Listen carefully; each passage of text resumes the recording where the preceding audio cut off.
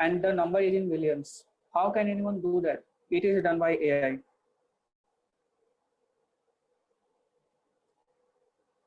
So, participants, let's actually say, have you any other idea of AI? Can anyone give an example? I'm waiting for that.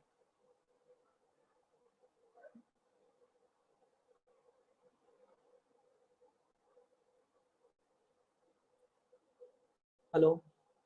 You can simply speak or write in chat box. Or if you are understanding, then simply comment yes.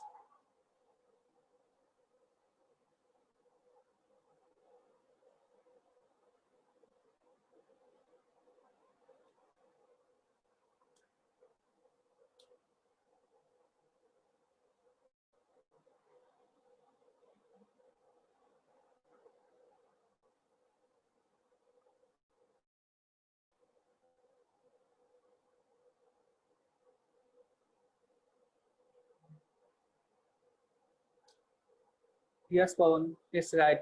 It can be used in analyzing business. Any other?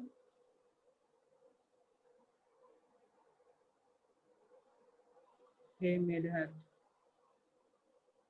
Just take off your audio because I think everyone is hearing. Yeah, Paritos. It's also right. In medical fields, there is a lot.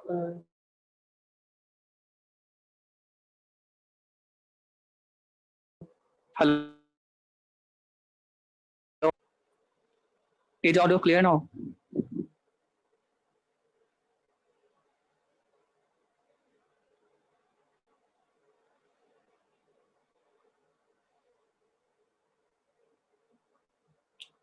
All right.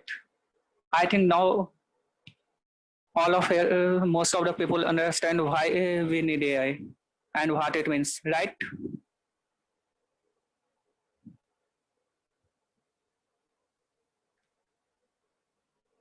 So let us deep dive in it. So the most important discussion: artificial intelligence, machine learning, and deep learning. The most common term and the most used term. Let's see how AI, machine learning, and deep learning are related. Machine learning or ML is a subset of AI.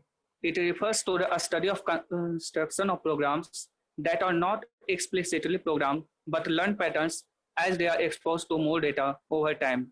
And deep learning is a subset of machine learning in which multi-layered neural networks learn from vast amounts of data. So what did we get? We have AI as the superset of ML and ML as a superset of deep learning. So we have got a little knowledge about AI, and let's see what machine learning is.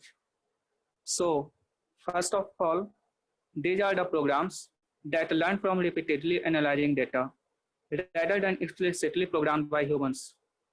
For example, suppose we have a number of mails and we want to separate them as a spam or not a spam. What will we do? Or by other way, here we are saying that we have a number of mails and a machine learning program classifying them as a spam or not a spam. So what's the scene going all over there?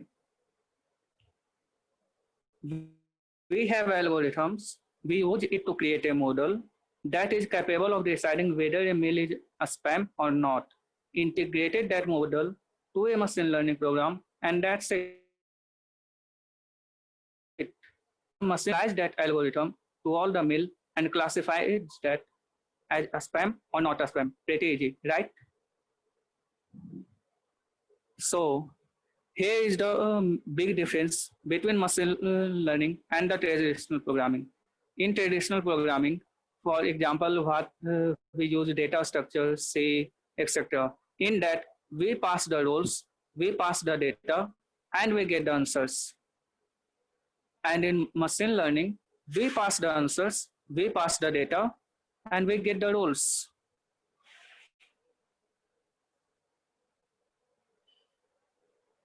So I want you all to actually focus on this because it's the most important difference between others.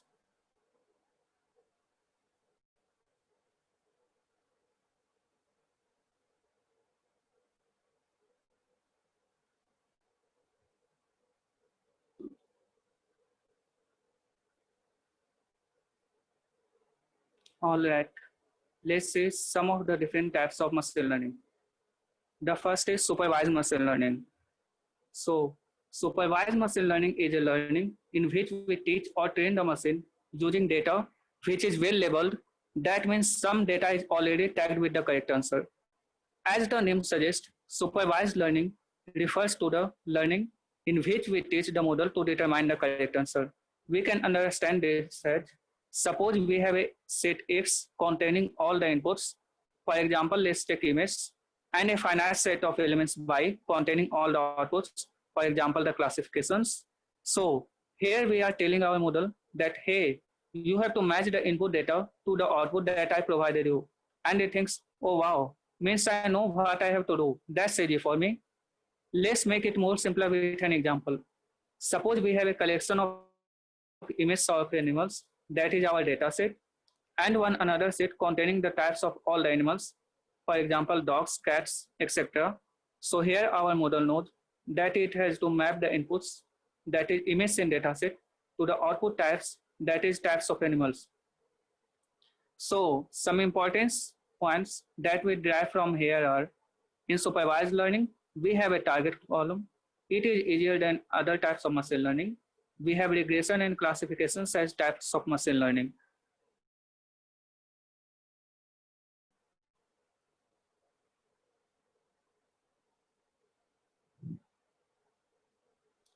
Let's see unsupervised machine learning. It is the learning where only the input data is present and no corresponding output variable is there. In unsupervised machine learning, observations are grouped into clusters based on similarity in their data, values, or features. This kind of machine learning is considered unsupervised because it does not make use of previously known level values to train a model. For example, in a clustering model, the label is the cluster to which the observation is assigned, based purely on its feature. For example, suppose a botanist observes a sample of flowers and records the number of petals and leaves on each flower. Now he wants to separate all the flowers based on its feature. He knows it is difficult, and he also knows he can solve it by using unsupervised learning. His work will be easier. Let's see what he does. He vectorizes the features values to create n-dimensional coordinates, where n is the number of features. So here he has two features, that is number of petals and the number of leaves. So the feature vector has two coordinates that he uses.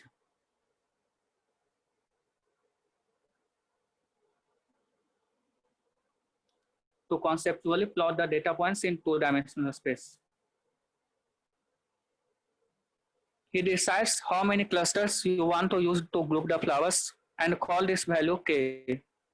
For example, to create 3 clusters, he uses a k value of 3. Then k points are plotted at a random coordinates. These points will ultimately be the center points for each cluster, and they are referred as centroids. He assigns each data point to its nearest centroid. He moves each centroid to the center of data points assigned to it based on the mean distance between the points.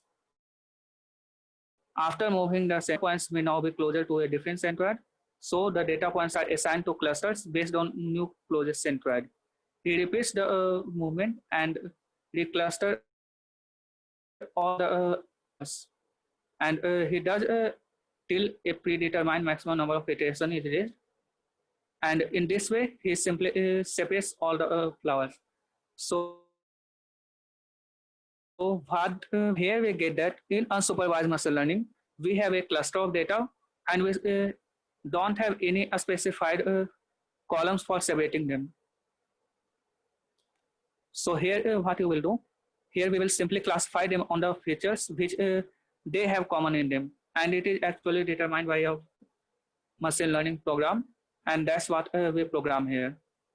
So that's what unsupervised machine learning is.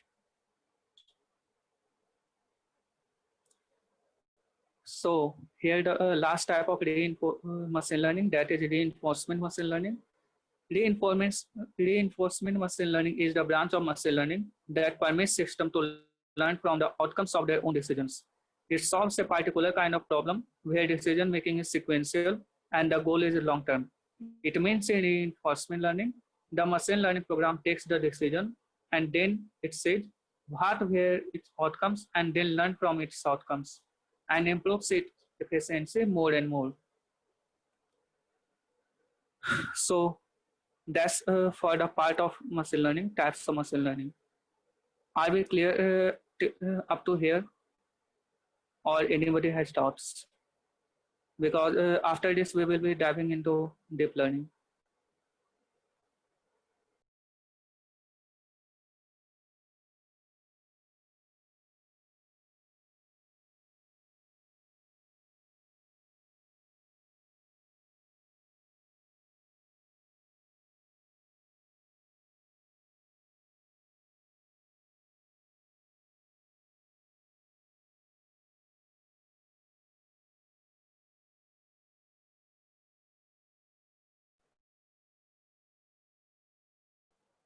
Okay. Pawan, I have said that in unsupervised machine learning, let me show you it once.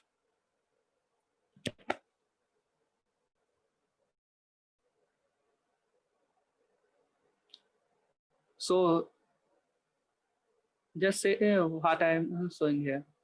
Here is the flower,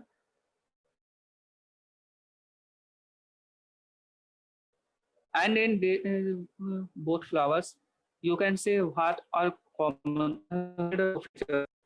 One is digital, and it's common all of them. But you can say that this flower and this flower has the same crop petal, right? So, and you can also say flower, both are fully colored, and this flower are same in shape, but not in color. So these are the different features, and you can't say that, hey, you can simply group it. You don't know in which way you have to group. And this is a simple example of a sketch of flowers. We don't know what will be the other things. So I am simply saying that in unsupervised learning, you don't know what, where, how to separate your data. You only know that you have to separate your data in a specified number, and that's it.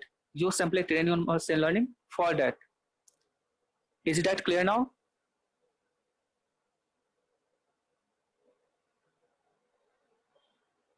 Okay. Any other dots?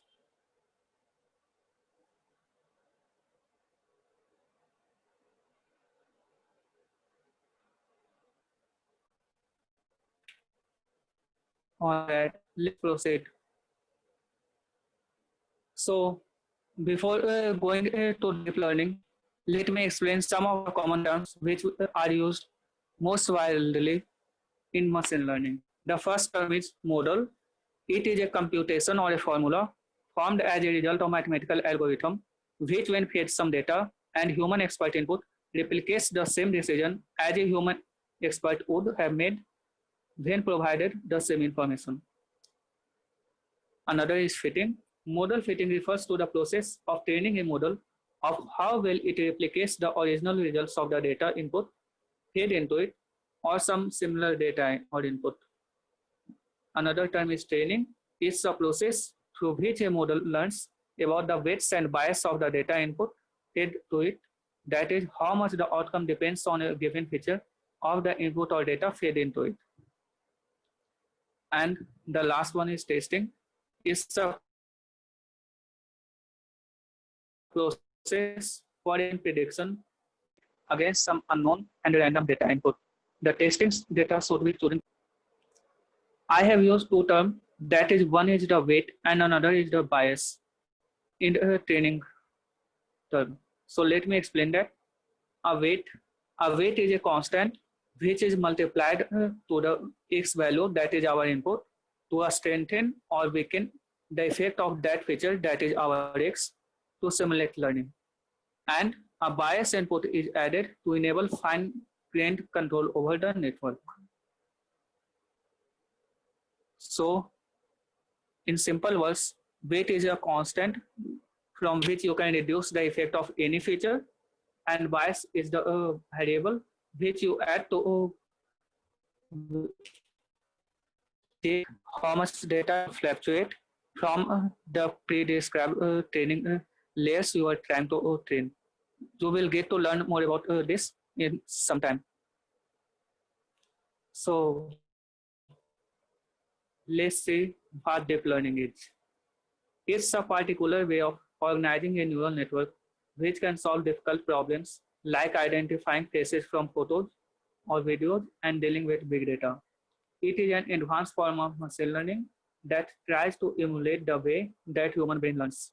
It emulates the biological process that happens in our brain using artificial neural networks and process numeric inputs rather than electrochemical stimuli.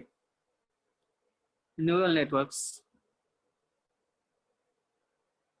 Neural networks are a type of machine learning algorithm modeled on how we thought the human brain invoked.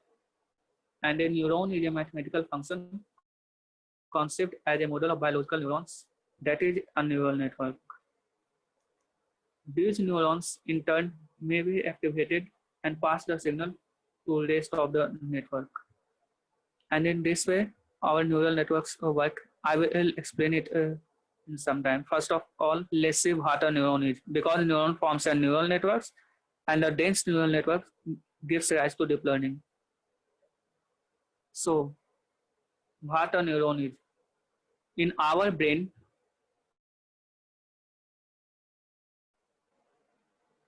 we have nerve cells called neuron, which are connected to one another by nerve extension that pass electrochemical signals through the network.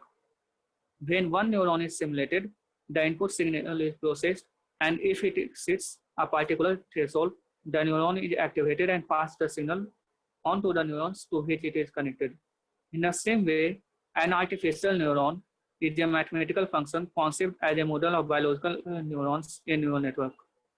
So, what does a neuron do? It takes inputs. Here we are giving 3 inputs and multiplies them by their weights, that is W. For each case, W1, W2, W3, and it then sums them up and applies activation function, which is actually here, and provides us the output. So till now, we got what neurons are, what neurons do. Now we are left in the question, how neurons learn. So let's see.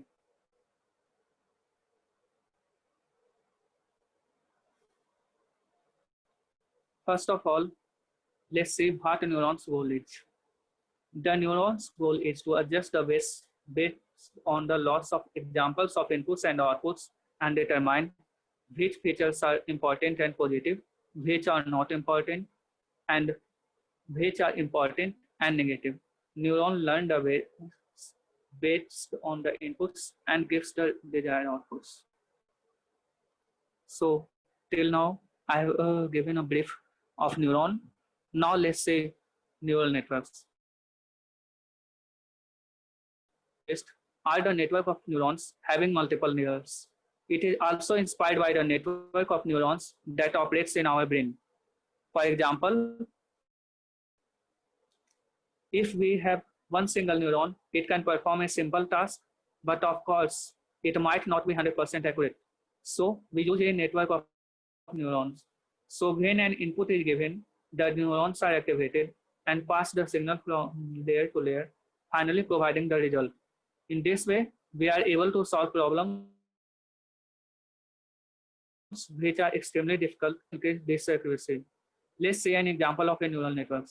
Here we have 4 layers. An input layer with a neuron for each expected value, input X, 2 so-called hidden layers, each containing 3 neurons, and output layer containing 2 neurons, one for each class probability by predicted by the model.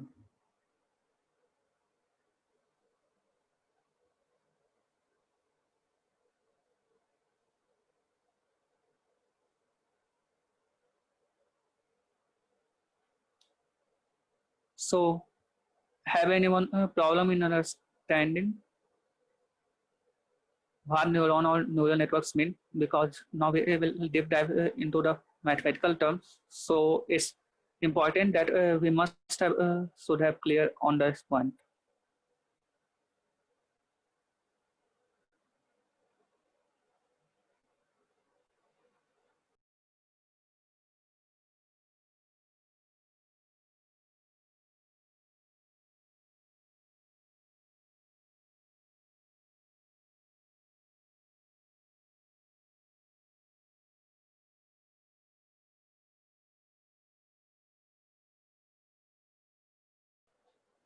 All right, let's dive into mathematical terms. The first term is activation function.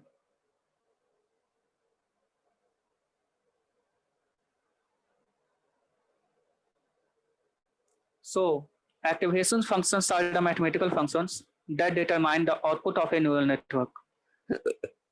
The function is attached to each neuron in the network and determines whether it should be activated or not based on whether each neuron's input is relevant for the model's predictions or not. The output of the neuron is the output of the activation function.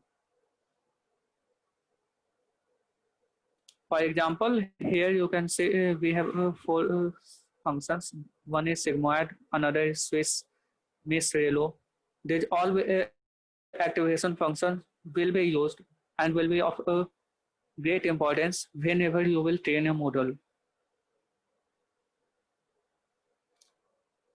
Let's explain the one of the most widely used activation function and one of the most common activation function is sigmoid function. So is a mathematical function having a characteristic A-shaped curve or sigmoid curve.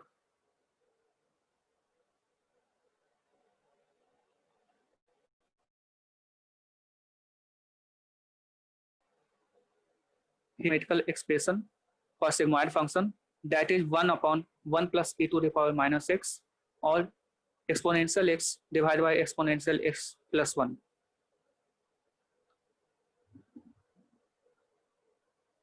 So you have seen what an activation function is. Now let's see what a loss function is. A loss function or cost function is a function that maps an event or values of one or more variables onto a real number into simply representing some cost associated with the event. An optimization problem seeks to minimize a loss function. It tells us what is the loss and why we are getting it while doing that event.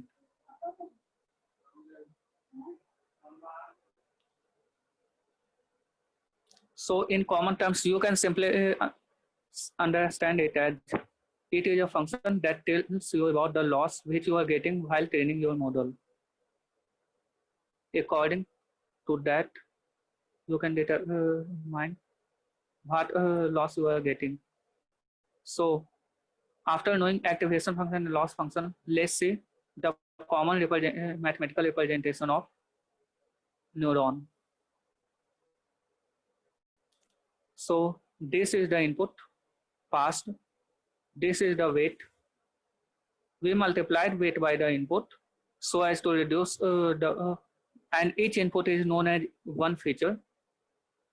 So by passing this input, multiplying is to weight, you have now get the percentage of affect how much your input will affect your output. And here, after that, in here you sum up all your inputs, and then you apply your activation function. That's here, and get the output. So this is a simple neuron, and in this way it works. And when you will write models, you will simply apply this logic to make a model, to make a single neuron, and you will sum them up to make a neural network, and then you will get a complete model after training.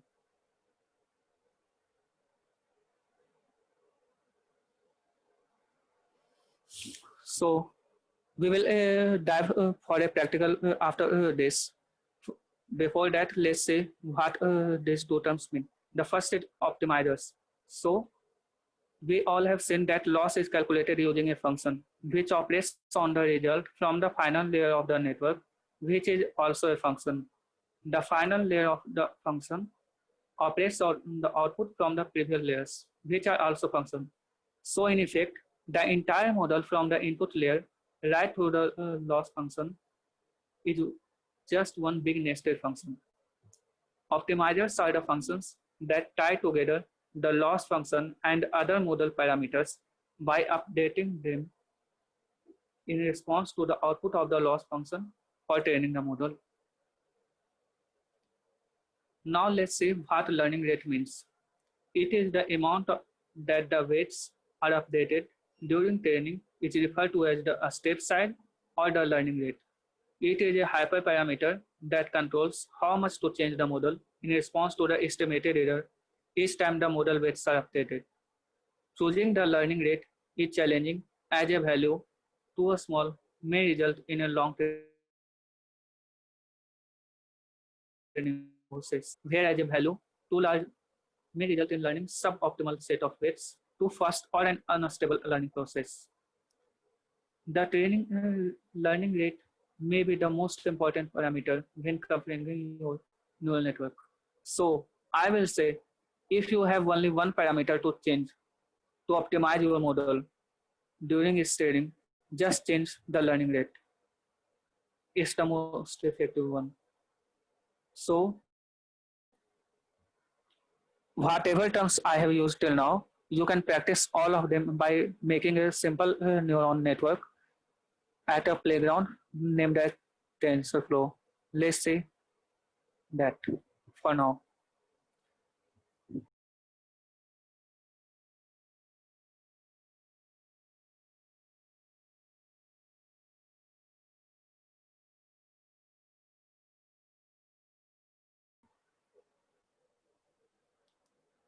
So if you all want to do it together with me, you can do, or you can simply do it later. So for doing this, you can simply move to TensorFlow Playground. I'm providing that link in the chat box.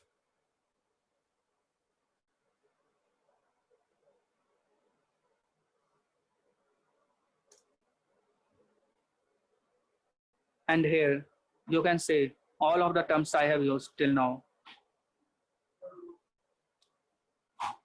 Learning rate, activation, that is activation function, regularization is actually later. Here is a feature that is X. Here is another layers because here you will be creating layers data, that is the input which you are passing, that is also shown here, and here is the output. So if you are not putting any layer in between, it's a simple 1 minute. So now you can say it's a single neuron net. So in this way, a single neuron works, and if you keep on multiplying, it becomes multi-neuron, and here you get a neural network. You can increase and you can see how this all affects. For checking this, you can simply play, and here is your model is getting trained.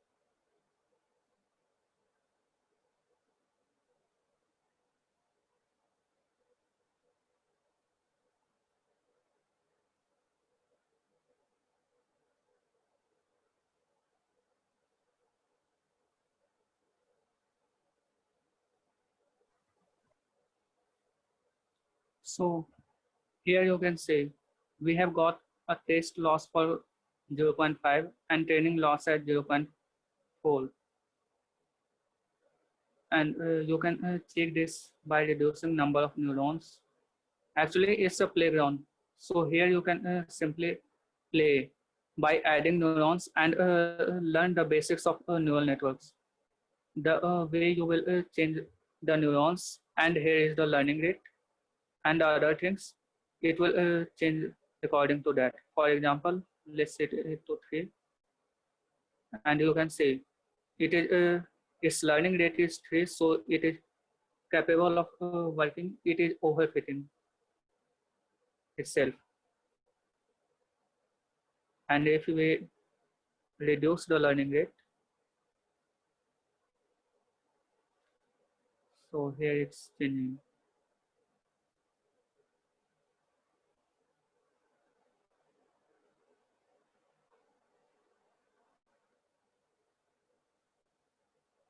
Here, now you can say that after training, we have got that our taste loss and training loss both got super minimized, and we have covered all the data which we have passed. In the same way, you can try other model data set which are given here for training.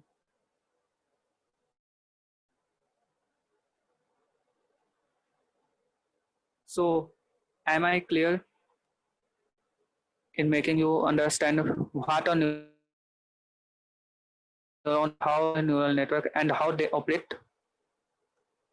If you want, you can try it for now, and or if you not, then we can leave it for later. You can try it on. So, what table for you? Please tell me in the chat box.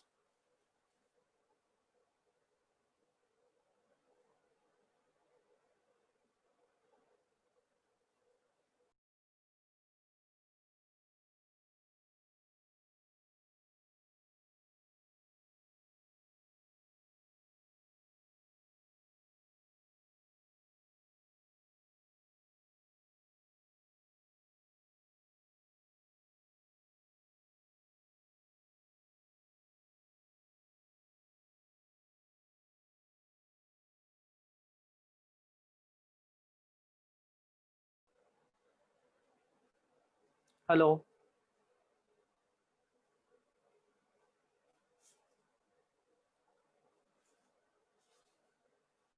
So do we move on, or you want to try this?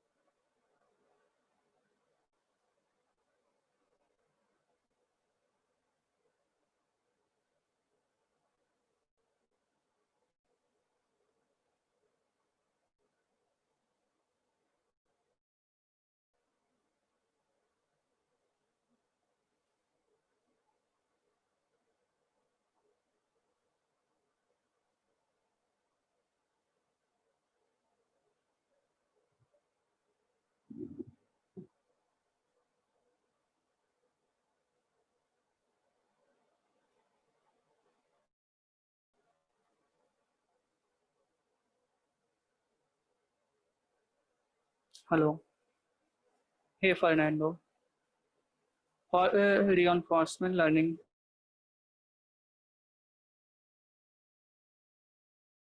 I have already said this for its outputs, and it keeps on updating it with always. So it's the same simulator, but the thing is only that whenever it will produce an output, it will check whether its output is correct or not, and after that, it will update it. So that's the whole thing going behind the reinforcement learning. So that's the answer. I hope I have cleared your doubt, and we can proceed. If there is anything more related from that, we can discuss it later.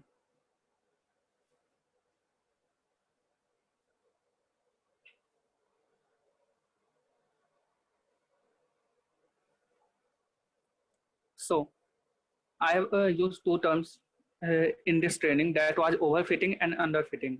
So what both these term means? Overfitting happens when a model learns the details and noise in the training data to the extent that it inevitably impacts the performance of the model on new data.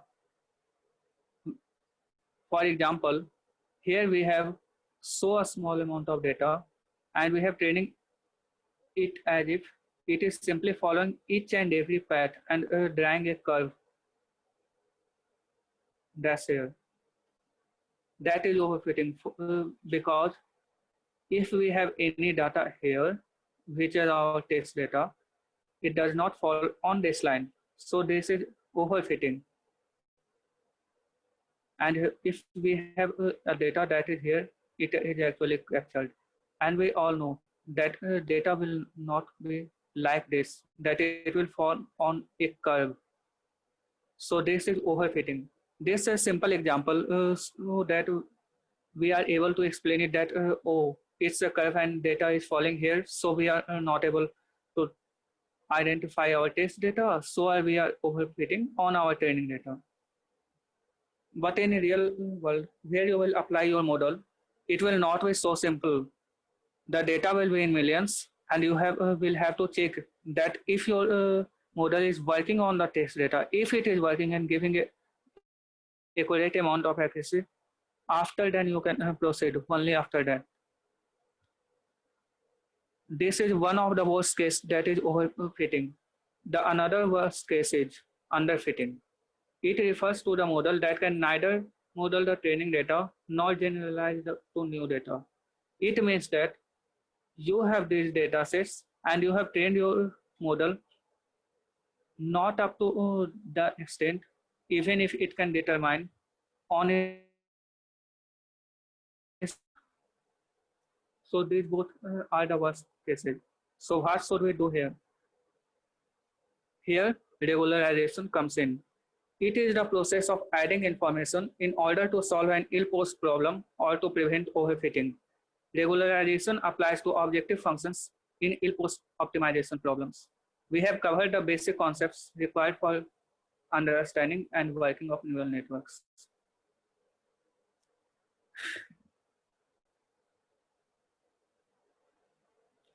Let's see some of the types of neural networks. The first and the most simple type is binary classification.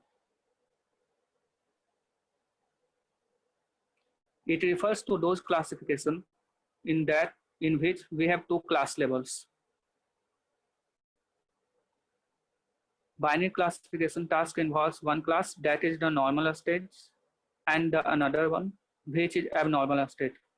Or in simple way, we can say it that in binary classification, we have two numbers in output, that is 0 or 1, or we can say it is simply false or true. For example, here we have a cat and here we have our output, that is it is a cat or it is not cat. So that's what a binary classification does. It will simply classify the cat to only two output, that is one is cat and another is not cat. It will give nothing extra from this. The same thing which we have seen previously. In machine learning, we have an example of email spam, in which we were separating an email as a spam or not a spam. So that's about the binary classification.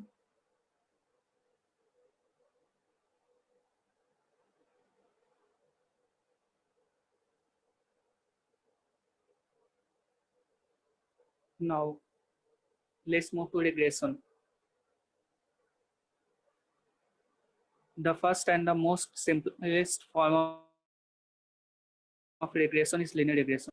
It is a method to predict dependent variable given a set of independent variables such as dependent variable is of continuous value. Linear regression model the relationship between two variables by fitting a linear equation to observed data. One variable is considered to be an explanatory variable and the other is considered to be a dependent variable. For example, a modeler might want to relate the weights of individuals to their heights to a linear regression. It assumes that the relationship between our input and the output is linear. It does not support anything else.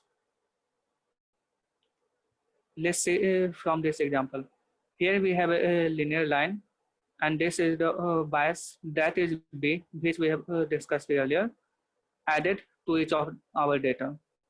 So our model assumes that all of our data will fall besides this line after adding or subtracting a bias value from it. And in this way, a linear regression works.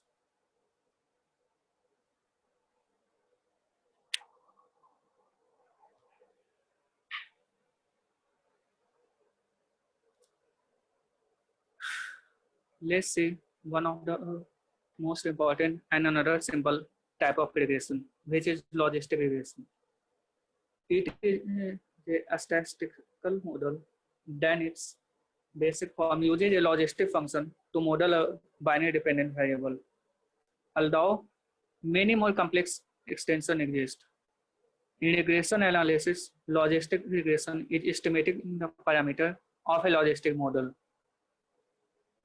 It uses an equation which is very much similar to a linear regression, and it is the in this activation function it uses sigmoid function, which we have discussed earlier. That is 1 upon 1 plus e to the power minus x, and except that the same thing goes here also, which goes in linear regression, which means we pass all the input values and it applies the activation function.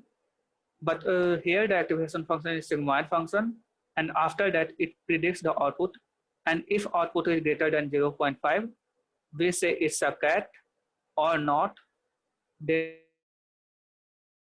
it will say it's not. So that's the sin behind logistic regression.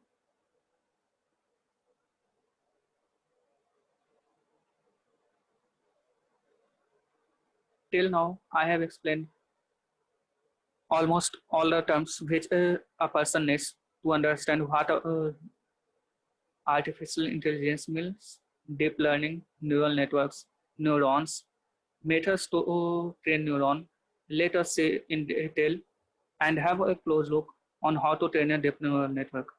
For example, we have weight W and bias P.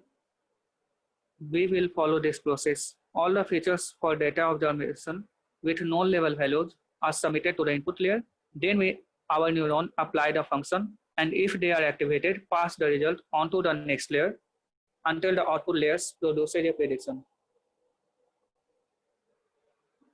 The prediction is compared to the actual known value, and the amount of variance between the predicted and true values, which is the loss, is calculated. Based on the results, revised values for the weights and the bias values are calculated to reduce the loss, and these adjustments are back propagated to the neurons in the neural networks. The next step was repeated the batch and train forward pass with the revised base and bias value, hopefully improving the accuracy of the model and thereby reducing the loss.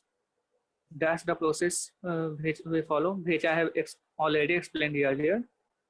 But for making it formal, I have explained it now also. So one of the most important terms, that is backpropagation. So backpropagation is an algorithm for training neural networks that have many layers. The true power of neural networks is multivariable layer variant. Training single layer perceptrons is straightforward, but the resulting network is not very powerful. So the question began, how can we train networks that have multiple layers? This is where backpropagation comes in.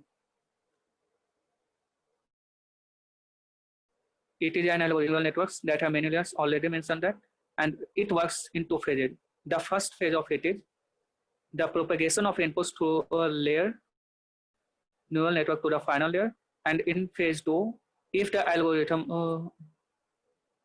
our output is not satisfactory, it will consider, and in resultant, we will adjust our weight W from the final layer to the first layer. That is, if we have W1 here, weight,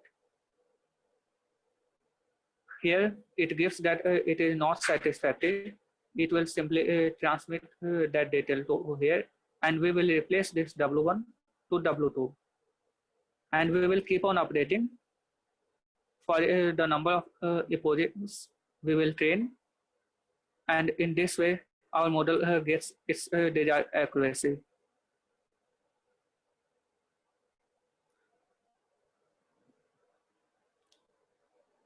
So let's see some of the types of neural networks. The first one is artificial neural networks. It is the most basic type of deep learning algorithm. It is designed to mimic processes in the human brain, and they create the facility for a machine to learn instead of being hard-coded. It is also known as vanilla neural nets. Another one is CNN, that is convolutional neural networks. It was originally invented in 1890s for the character recognition on handwritten checks and envelopes.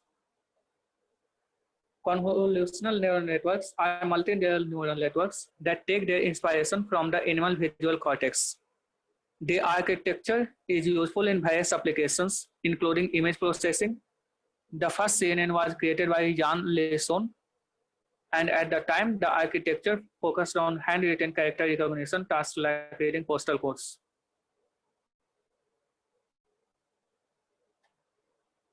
And as the name suggests, we have already said it was actually determining handwritten character.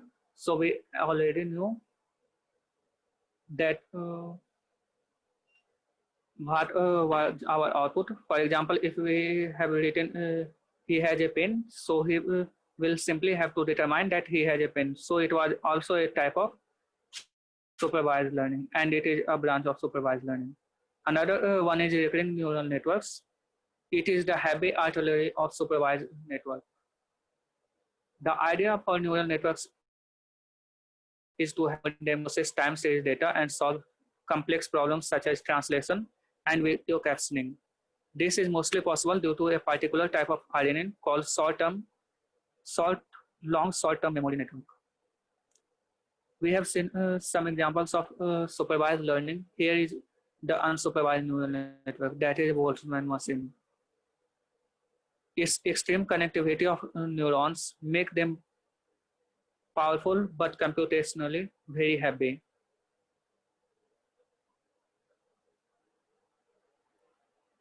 The simplified restricted Boltzmann machine are much faster and excel at feature detection and making them popular choice for recommender system. So here, up to here, let us say what you have got. Has anyone any doubts regarding neural networks, neurons, training neurons, or the different tasks which we have discussed till now, linear regression, logistic regression, binary classification? Because these were the most important points which we have to learn. After that, we will dive into practicals, and we will see what Jupyter Notebook has for us, and we will simply make a single layer network, and after that we will make a 4-layered neural network and train a simple data on it, and it will be exciting much more than this, but it will be exciting only when we have learned. So everyone just give me a review if we can proceed.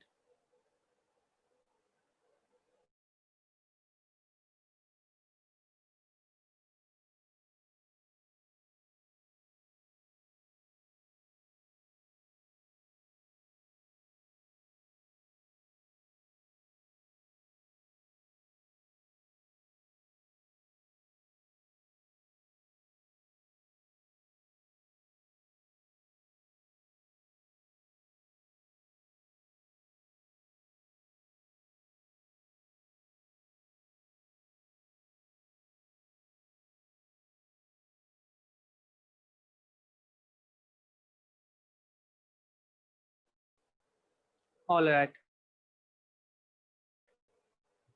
Regularization.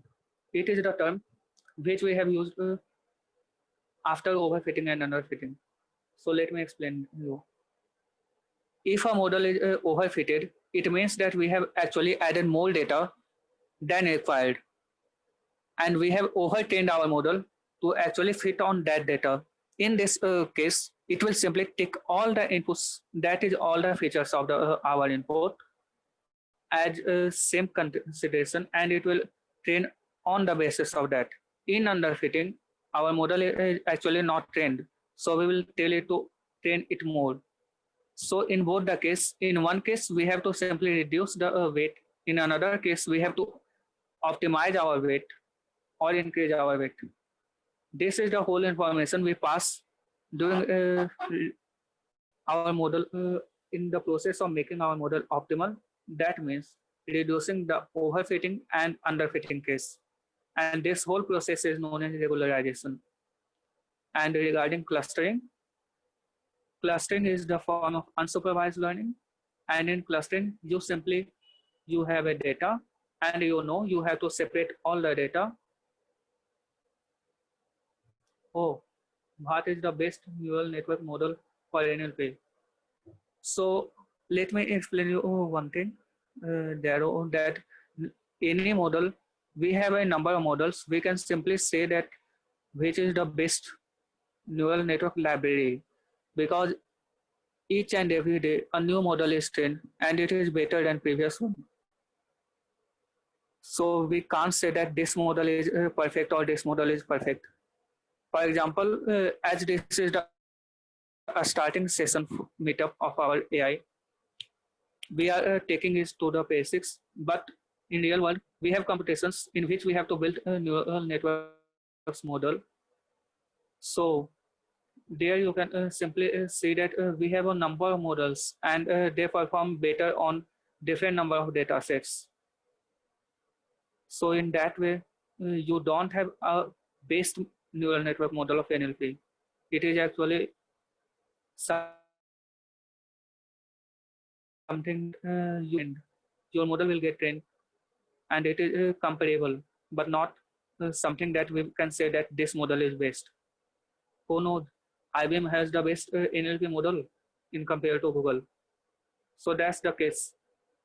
Even if, for example, we have our Google, which has a great voice recognition model, but another day Apple defaces it. So that's the thing which keeps on changing. So we can't say that this is the best neural network model for NLP. Am I clear?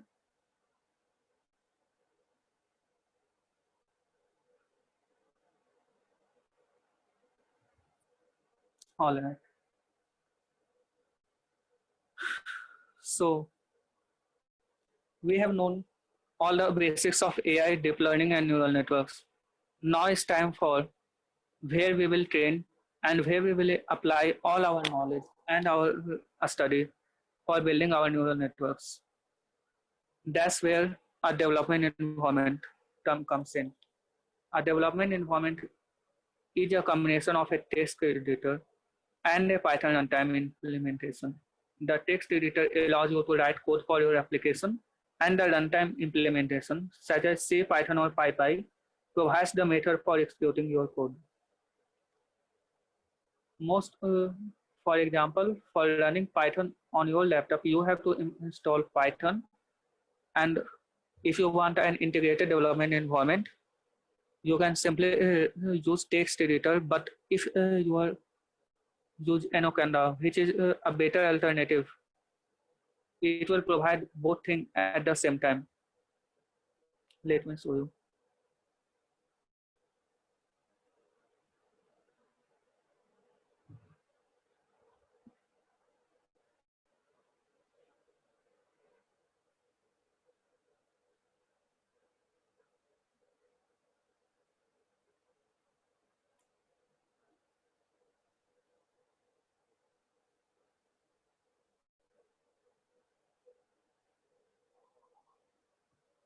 So this is the most widely used integrated development environment. that is Anaconda Cloud. You can simply download it from the downloads, and I am providing that link to the chat box.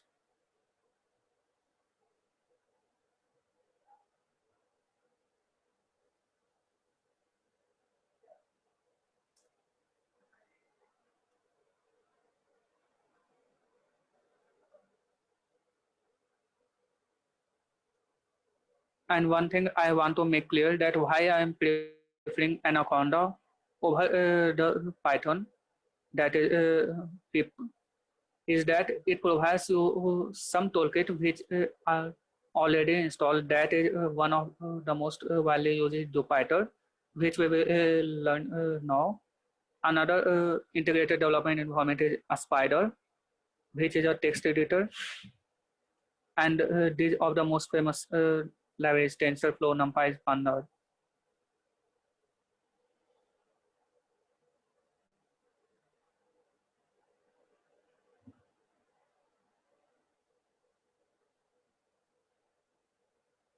So, as I have said, the Jupyter notebook, why it is so widely used and why it is important. It is an open source web application that allows you to create and share documents and live code, equations, visualizations, and narrative text. Usage include data cleaning and transformation, numeric simulation, statistical modeling, data visualization, machine learning, and much more. You can simply say that Jupyter is a full-packed web application where you can develop, write code, visualize it, and do many more things using this. Let us see what we can do from it.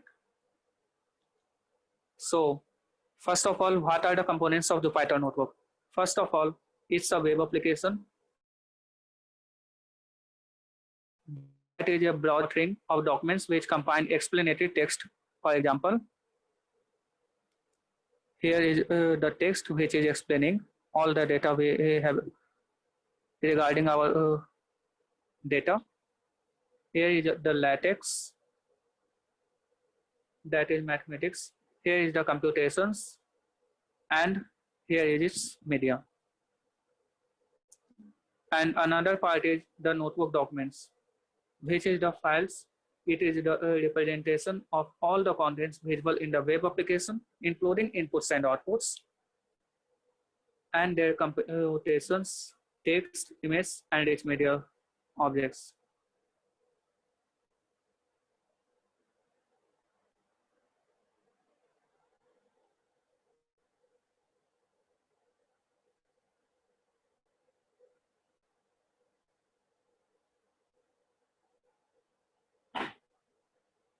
So, what it provides? It provides the blend of multiple languages. For example, it is available in Julia, which is a machine learning programming language, Python, the most widely used and most famous, and the R.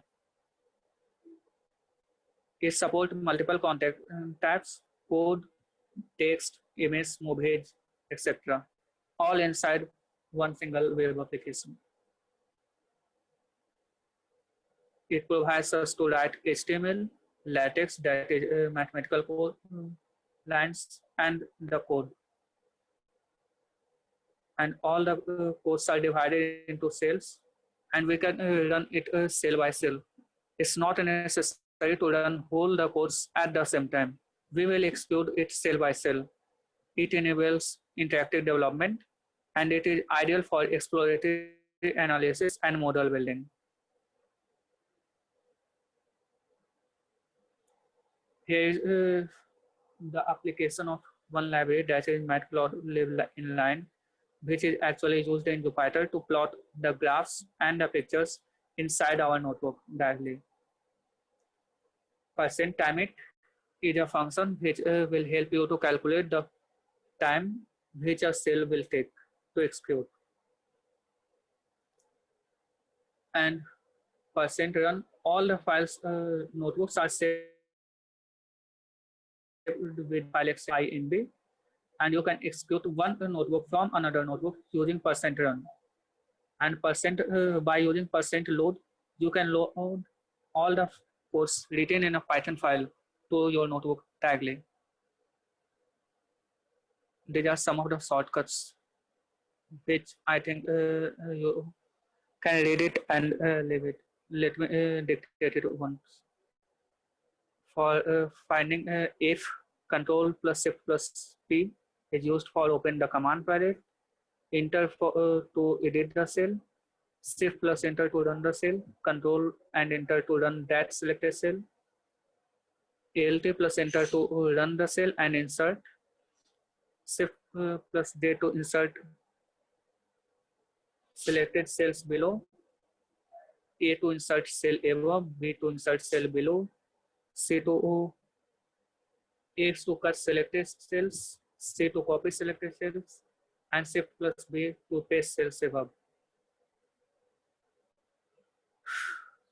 So to make your the Python notebook usable, you can convert all the files to Python file, or you can simply keep your Python notebook. This will be useful when you have completed your model and want to run it somewhere else except the Python notebook. So before proceeding to the practical of the Python notebook, let us become aware of some of the common libraries which we will use. The first and the most common is NumPy. It is the well-known general purpose array processing package. It is an intensive collection of high complexity mathematical functions that makes NumPy powerful to process large multi-dimensional arrays and matrices. The another one is the SciPy. A library offers modules for linear algebra, image optimization, integration, interpolation, special functions, fast Fourier transform, image processing, etc. Another one is scikit-learn. It can handle classification, regression, clustering, dimensionality, reduction, model selection, and reprocessing. And the most one, famous one, and the most useful, TensorFlow. It supports a variety of toolkits for constructing models at various levels of abstraction. It is developed by Google Brain. Another one is Keras. It is actually a TensorFlow API, which is provided under TensorFlow, and it helps us to build neural networks very easily. Another one is Pandas. It is the most popular Python library that is used for data analysis with support for fast, flexible, and expressive data structure designed to work on both relational or level data. And as I said earlier, Matplotlib. It is a data visualization library that is used for 2D plotting to produce publication, quality image, plots, and figures in a variety of formats. So till now, we have discussed some concepts which will be useful in the Python notebook. So if we are clear here, we can move to the Python notebook, or if anybody doubts regarding this, they can ask.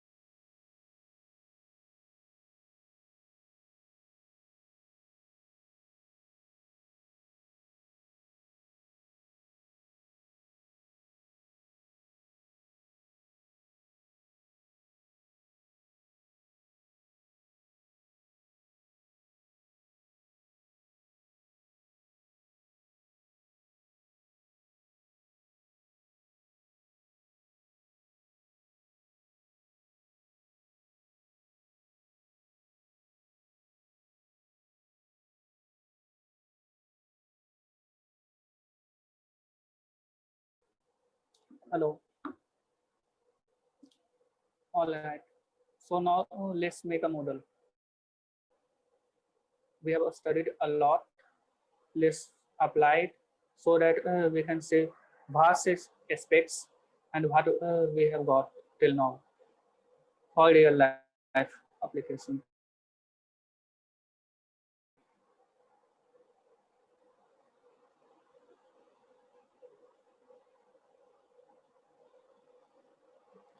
So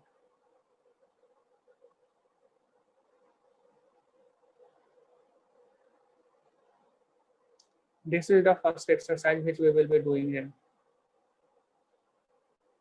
In this exercise, you will try to build a neural network that predicts the price of a house according to a simple formula.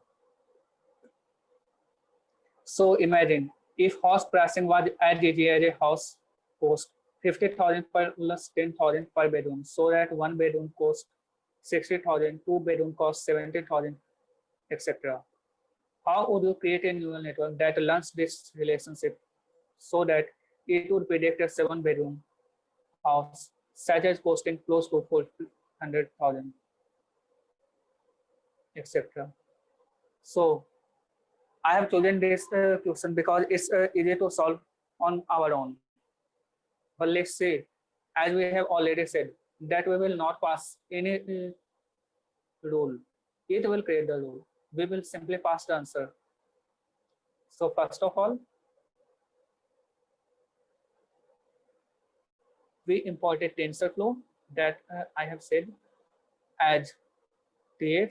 This is the library TensorFlow, and it is the nickname which we have provided to this library for using in this notebook. Here is our NumPy, which we have imported as NP, and here is our TensorFlow from which we have imported Keras as simply Keras. So we have didn't have given any of the names here, nicknames here. So as I have already said, we will use Shift plus Enter to run this command. So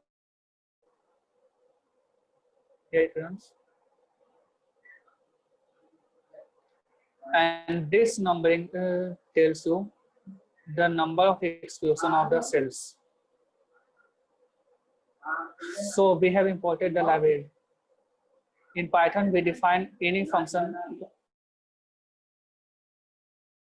in this. So here is the definition. As I have said that NumPy is the library and we have imported it as NP, and we are simply creating an array. You can simply understand this as for creating any array, we use np.array, and we have passed its data type as float.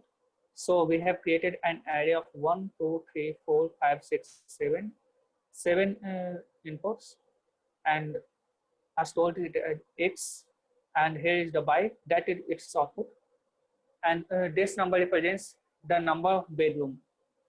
So if we have 0 bedroom, we have our rent as 0.5, that is a short representation of 50,000, which we have because we have used 100,000 here. If we have one room, then we will add 10,000 here, that is 0.6. If we have two rooms, we added 0.1 again.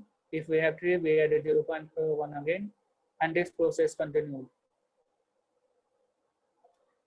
And in this way, we have added all our inputs and our outputs.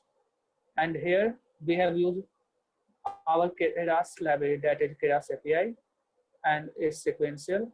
This term is used for creating the layer. And here is our single layer, which we have created. And as optimizer, we have passed std, and for reducing the loss, we have used min square error. And after creating what we have done, we have created the model. We have compiled the model using optimizer and loss function. And after that, we are fitting our model. So here, as we have specified, epoch is 500. So our model will train up to 500 and then return its prediction for whichever we will ask. So is it clear what we are doing in this cell?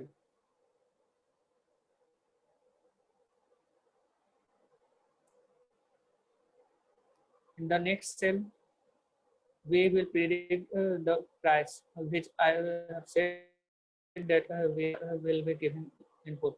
So we have trained up to 6. We are giving input as 7, and then we are saying it to print the prediction. Let us first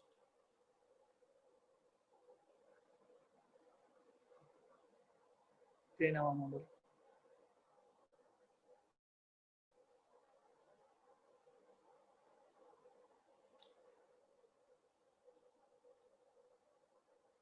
So here is our model trained 500 times, and it's that is our loss is minimized to that level that is not even able to represent it. So here you can see our loss reduces to an uncountable thing. And when we will say our model to predict now, it will give us the answer. Here is 1.2, that is 1,20,000, which was expected by us.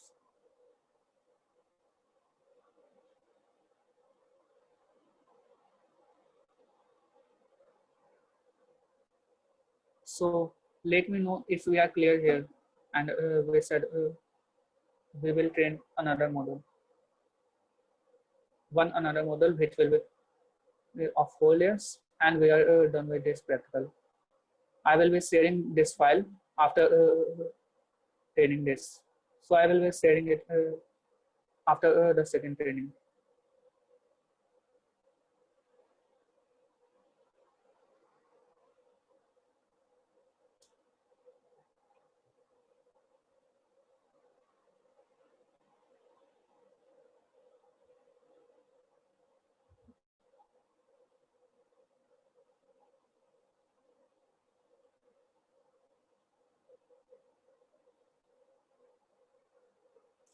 Okay, let us say one more example that is here. So as explained earlier, we will use import TensorFlow, and this represent that nickname which we are providing, and these are the common which are provided by our OS library, which is our operating system normally.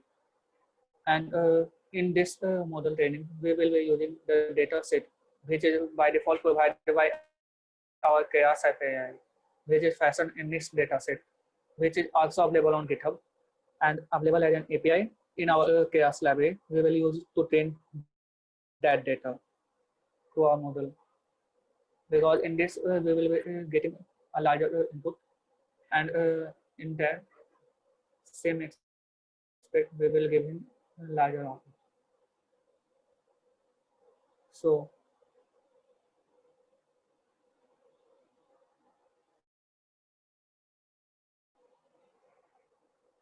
the same way we define the previous function, a definition of the function, and we simply use the data, that is image, and then we have defined a string by train, that is training data. This is training output, this is test data, and this is test output, and we have loaded this data to the 4 variables. After that, as this all the data are the image. So first of all, we will flatten the image, because it is recommended to use the data in between 0 and 1. So we'll flatten all the image and regularize. So first of all, we have divided all the training image and test image by 255. After that, these are the single layer, and we need to flatten all those. So we have flattened that so that it is actually ready to fit for our model. And after that, we have applied these 4 layers. After that, we choose the same thing which we have used in previous exercise. We have optimizer, we have applied loss, and after that, we have fitted our model, and then it will return our answer. And here it is fit.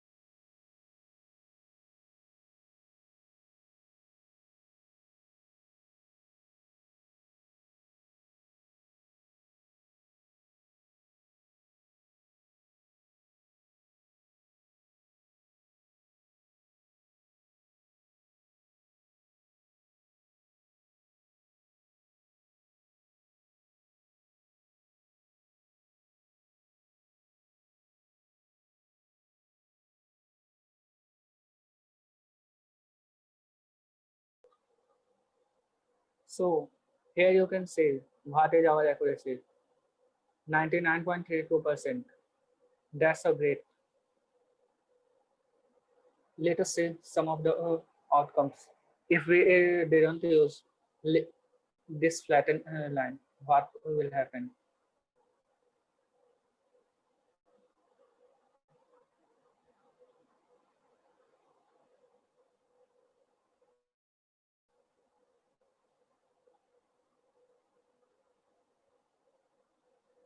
So here you can see that our shape which we are passing and our shape which we should pass is not the same.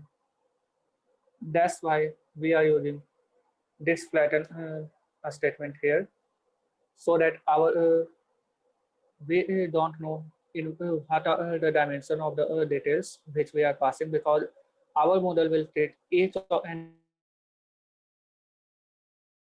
to adjust them as the first neural network which we are providing according to that. And so if we don't provide according to that, it will simply say that I have created a neural network which has the input parameter as tree and you are passing code, something like that. That's is what he is saying here, that logic and labels must have the same first dimension, and you have passed 896 into 10 and the label shape as 32. So this flattened function does this for us and converts this vector to 32, and our problem is solved. And that's why we use layer dot flatten. Let's say all other things about the pattern. In this way, you can write the comments and you can insert your markdown. This is the way we write markdown, and that's why this is used.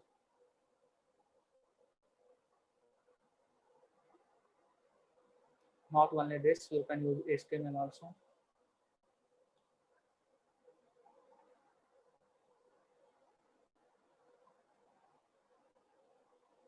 So these are the cool things you can do using the Python. There are much more which you will understand and explore later when you will get acquainted to AI field. As this was the introduction class, and this was whole session was an introduction. We have tried to make it simpler as well as cover the core concepts which should be useful for you for starting the lesson in AI and your journey in AI. So let me share these both files to you.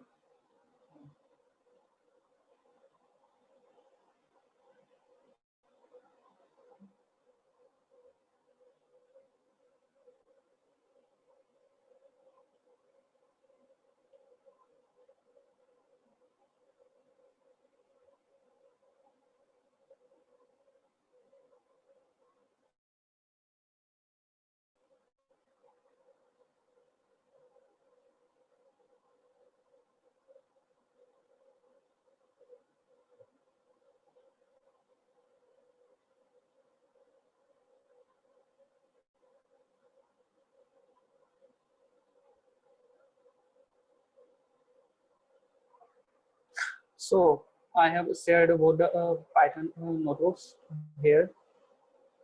You can open it using any Jupyter in any Jupyter notebook and try on its own on your own. So let us proceed.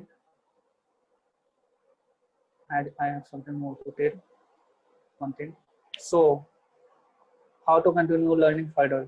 Here are the 5 courses provided by Coursera, deeplearning.ai on Coursera, which are pretty easy in where you can learn AI. This makes the learning of AI very much easier. The first one is deep learning specialization. Another is TensorFlow, and another is deep learning.ai TensorFlow developer. Another is AI for everyone, and another is natural language processing specialization.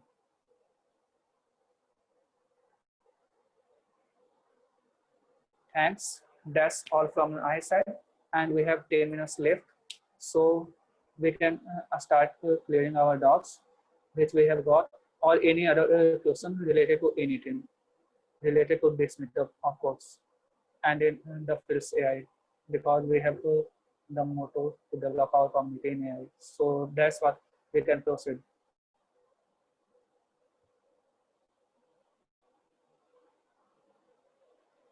If anyone has any doubts.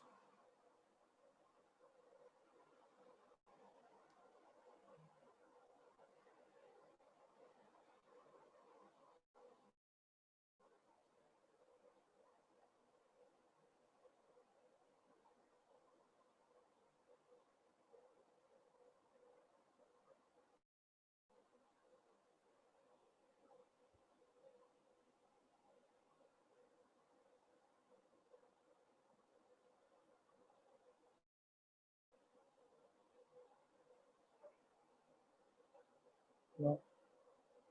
Oh, thanks.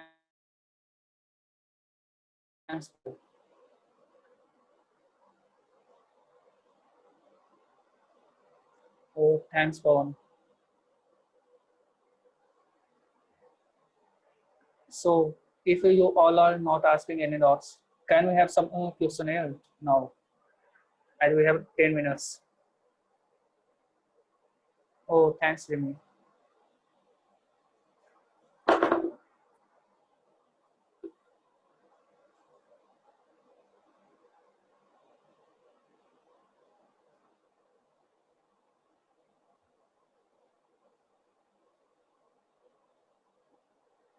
So let me ask one question. What is horse price prediction type of?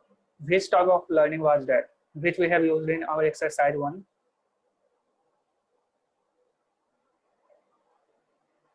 Yes, Daniel.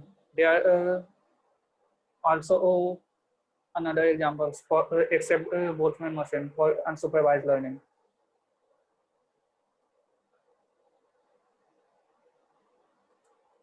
One of no, it is unsupervised version.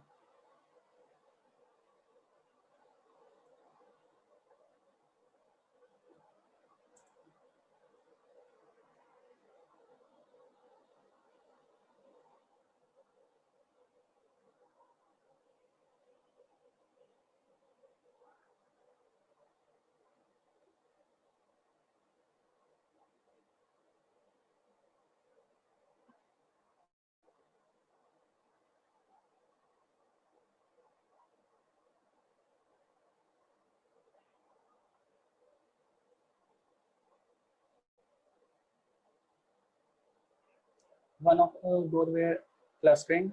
Hello. Yes, Pawan, you have said wrong. Actually, very good. Yeah, Daniel. Besides Boltzmann machine, we have knowledge detection, association mining.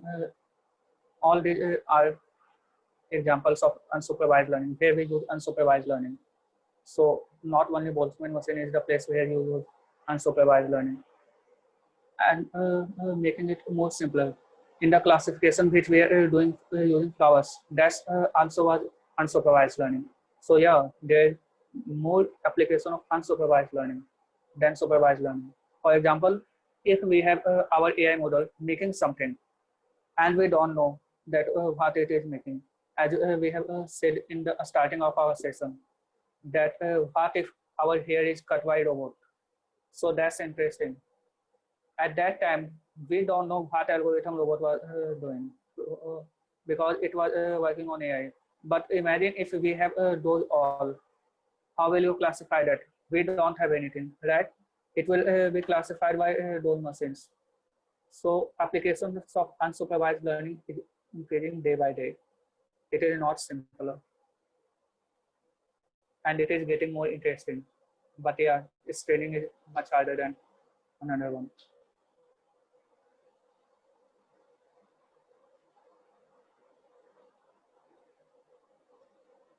Am I clear, Daniel? All right.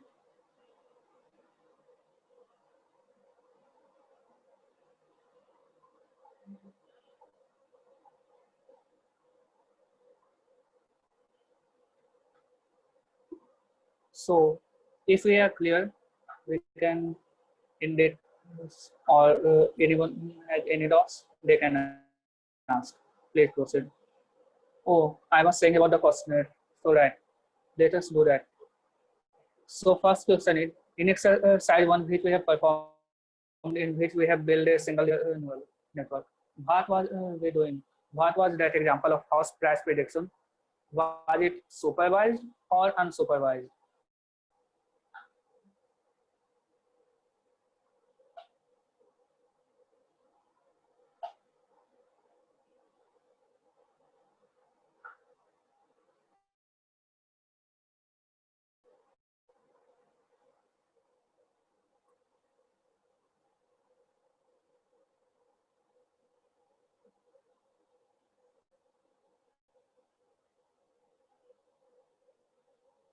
Thanks,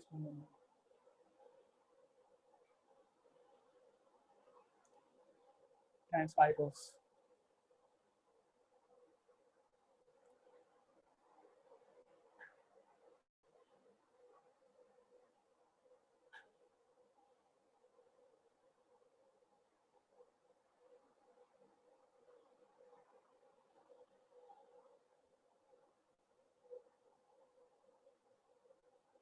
Thanks, Miss Mohan.